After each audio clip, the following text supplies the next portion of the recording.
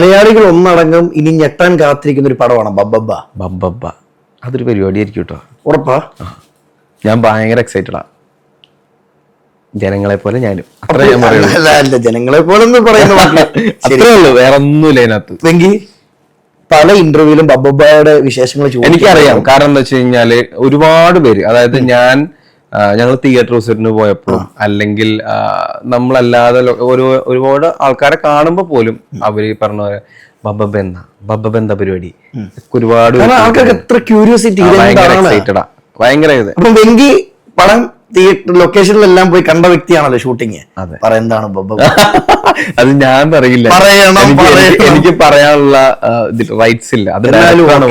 എന്നാലും ആ ലൊക്കേഷൻ ഷൂട്ടൊക്കെ കണ്ട ഒരു പ്രേക്ഷകനോട് ഫാൻ ബോയ്ക്ക് വെങ്കിക്ക് പറയാനുള്ള എന്തോ? അല്ല, അത് ഒരു ഡിഫറെന്റ് ആയിട്ടുള്ള ഒരു പരിപാടിയായിരിക്കും. കാരണം അത് ആക്ച്വലി ദിലീപേട്ടൻ ചെയ്യാത്ത ഒരു ക്യാരക്ടറാണ്. ഫസ്റ്റ് ഓഫ് ഓൾ ഇതുവരെ ചെയ്യാത്തൊരു പരിപാടിയാണ്.